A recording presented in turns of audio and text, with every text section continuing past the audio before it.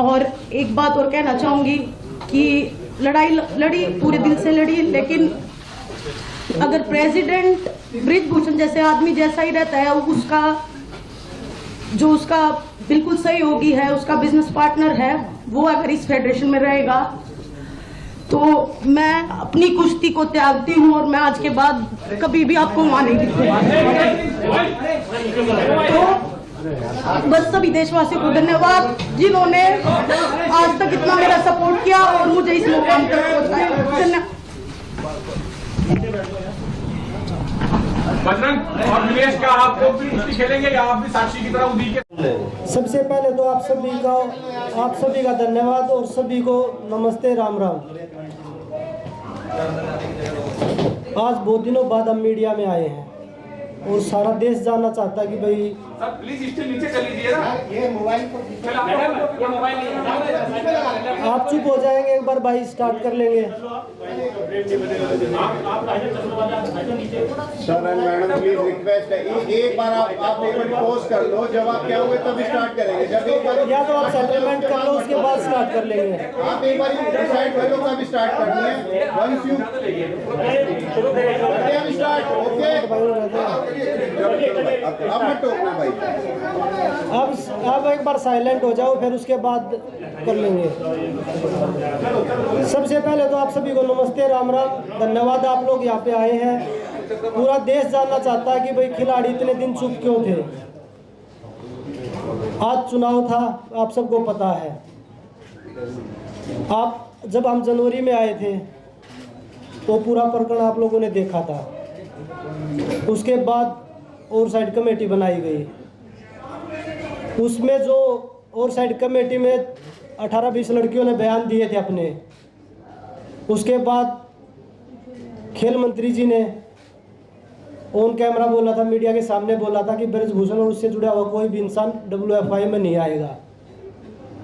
लेकिन आज दुर्भाग्य है, हमने दोबारा उसमें कमेटी 21 दिन वेट किया, 2 महीने वेट किया, 3 महीने वेट किया, कुछ नहीं हुआ। हमने दोबारा प्रोटेस्ट चालू किया, वो भी आप लोगों ने खूब देखा, पूरे देश ने देखा।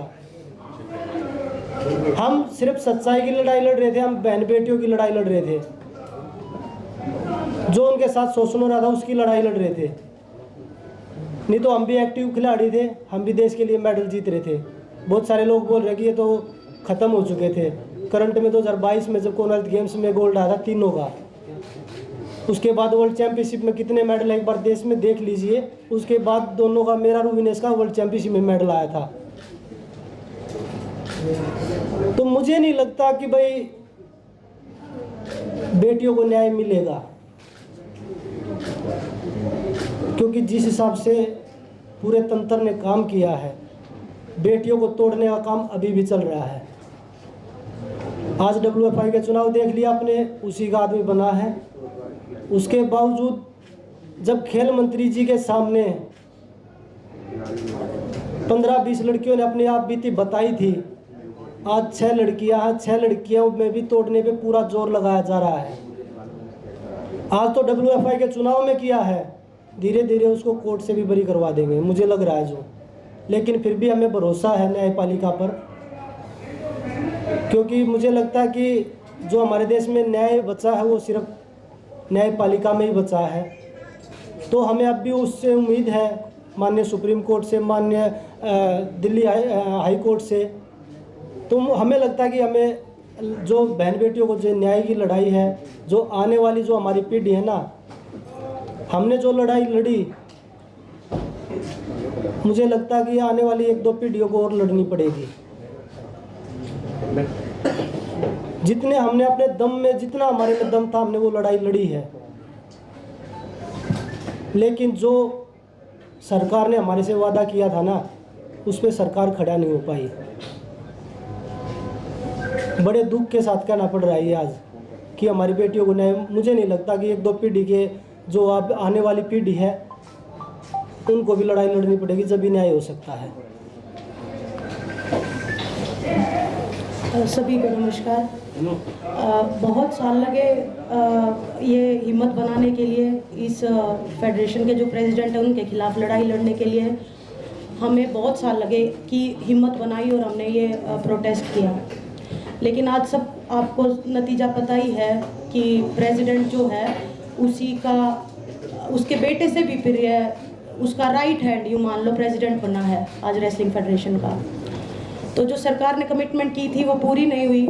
हमारी मांग थी महिला प्रेसिडेंट की, कि महिला प्रेसिडेंट होगी तो शोषण नहीं होगा, लेकिन ना पहले महिला का कोई भागीदारी थी। आज आप पूरे इलेक्शन उसकी लिस्ट उठा के देख लो, एक भी महिला को कोई स्थान नहीं दिया गया। तो बस यही कहना चाहूँगी कि जो ये लड़ाई है ये हमने तो अपनी पूरी हिम्मत करके लड़ी, लेकिन ये लड़ाई जारी रहेगी, क्योंकि आने वाली जो और फ्यूचर है, जो बेटे हैं बेटियां हैं, जो रेसलर्स हैं नई जनरेशन के, उनको ये लड़ाई लड़नी पड़ेगी। और मैं ये कहना चाहूँगी कि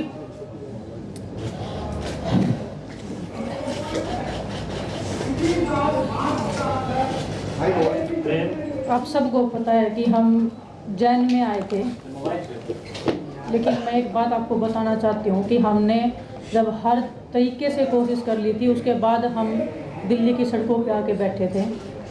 सबसे पहले हम गृह मंत्री जी से मिले थे, मैं और बजरंग गए थे मिलने के लिए।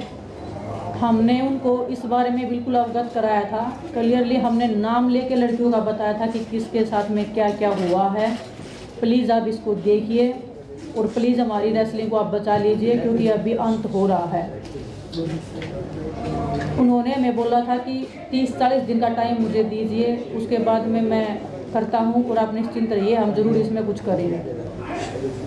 3-4 महीने वेट करने के बाद में हम जंतर मंतर पे आए थे, हमने लड़ाई लड़ी थी, जो आप सब देख रहे हो, पूरे देश को पता है। आज जो फेडरेशन का जो अध्यक्ष बना है संजय सिंह, स्टार्टिंग से वो लोग बोल रहे थे कि हम बनेंगे, हमें पता थी, उसकी पावर पता है, उसका पोजीशन पता है, लेकिन दुख होता है कि देश में ऐसे लोगों को स्थान मिल रहा है, पद मिल रहा है। ब्रजभूषण का राइट हैंड है, उसके बेटे से भी ज़्यादा खास है, उसको प्रेसिडेंट में आना मतलब आने वाली लड़कियों का जो भविष्य है उनको फिर से शोषण का शिकार होना पड़ेगा, और जो चीज़ें पर्दे के पीछे होती आई हैं वो खुले में होगा। और दुख होता है हमें इस बात का कि हम इतनी लड़ाई लड़के भी हम कोई सुधार नहीं कर पाए हमारी रेसलिंग में। आने वाले बच्चों के भविष्य के लिए जो हम लड़ाई लड़ रहे थे उसमें हम कामयाब नहीं हो पाए। हमें नहीं पता हमारे देश में न्याय कैसे मिलता है। सड़क से लेके रेसलिंग मैट से लेके बंद कमरों से लेके हमने हर किसी को अपनी बात बताई है। ऐसा नहीं है कि हम सीधा सड़क के ऊपर आ गए, हमने हर तरीके से कोशिश की है। जो स्पोर्ट्स मिनिस्ट्री है हमने उनको क्लियरली बताया है कि ऐसे ऐसे हो रहा है, प्लीज़ आप कुछ करिए। पूरे देश को पता होते हुए भी ऐसे लोग जो शोषण कर रहे हैं, महिलाओं का करते आए हैं, उनको फिर से संवैधानिक पदों पे बिठाया जा रहा है, उनको स्पोर्ट्स में जगह दी जा रही है। जो एक महिला थी, हमें उम्मीद थी कि कोई महिला आएगी, आने वाली जो बच्चियां हैं वो एक संतुष्टि फील करेंगी कि एक महिला है, और उनको भी एक हौसला मिलेगा कि हाँ कि हम अभी सेफ हैं। ना तो पहले रेसलिंग फेडरेशन में कोई भी एक लड़की थी, ना कोई भी आगे लड़की है। मैं हमारे आने वाले रेसलर से कहना चाहती हूँ कि आने वाली 2 या 4 पीढ़ियाँ तैयार रहिए शोषण के लिए। शायद आपको भी ये लड़ाई लड़नी पड़ेगी, हम जो ये लड़ाई लड़ रहे हैं। भगत सिंह जी ने जब देश के लिए फांसी लगाई थी, देश तभी आज़ाद नहीं हुआ था। काफ़ी साल लग गए थे उनको अपने देश को आज़ाद होने में भी। हम उम्मीद बहुत कम है, फिर भी हम उम्मीद कर रहे हैं कि हमें न्याय मिलेगा।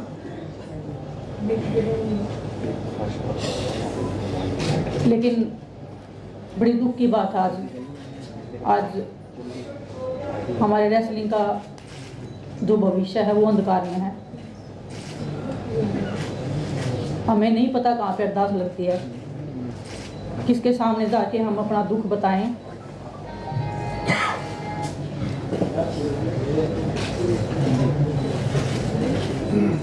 आज आप सबके सामने आए हैं, हम ट्रेनिंग कर रहे हैं, फिर भी हम बैठे हैं यहाँ पे, फिर भी हम लड़ाई लड़ रहे हैं। उम्मीद करें कि वो आस और उम्मीद हम फिर से जगा पाएँ।